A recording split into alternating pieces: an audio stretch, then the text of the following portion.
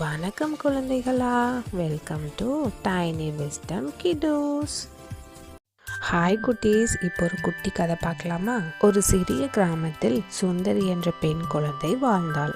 சுந்தரி ரொம்பவும் துடிப்பானவள். அவள் தினமும் காட்டுக்கு சென்று பழங்கள் பறித்து கொண்டு வருவாள். அவளது அம்மா, காட்டில் ஆபத்தான விலங்குகள் இருக்கும், போகாதே என்று சொல்வாள். ஆனால் சுந்தரி கேட்க மாட்டாள். ஒரு நாள் காட்டின் ஆழத்தில் ஒரு பெரிய மாம்பழ மரம் இருந்தது. அதன் மாம்பழங்கள் தங்கம் போல் மின்னின.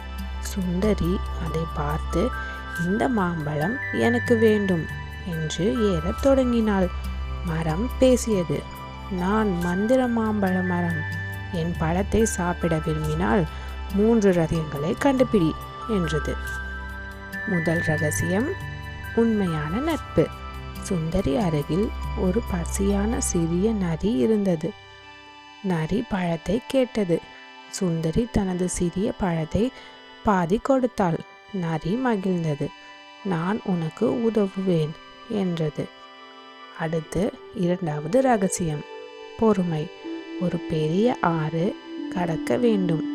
ஆறு வேகமாக ஓடியது. சுந்தரி பொறுமையாக கல் மேல் கல் வைத்து பாலத்தை கட்டினாள்.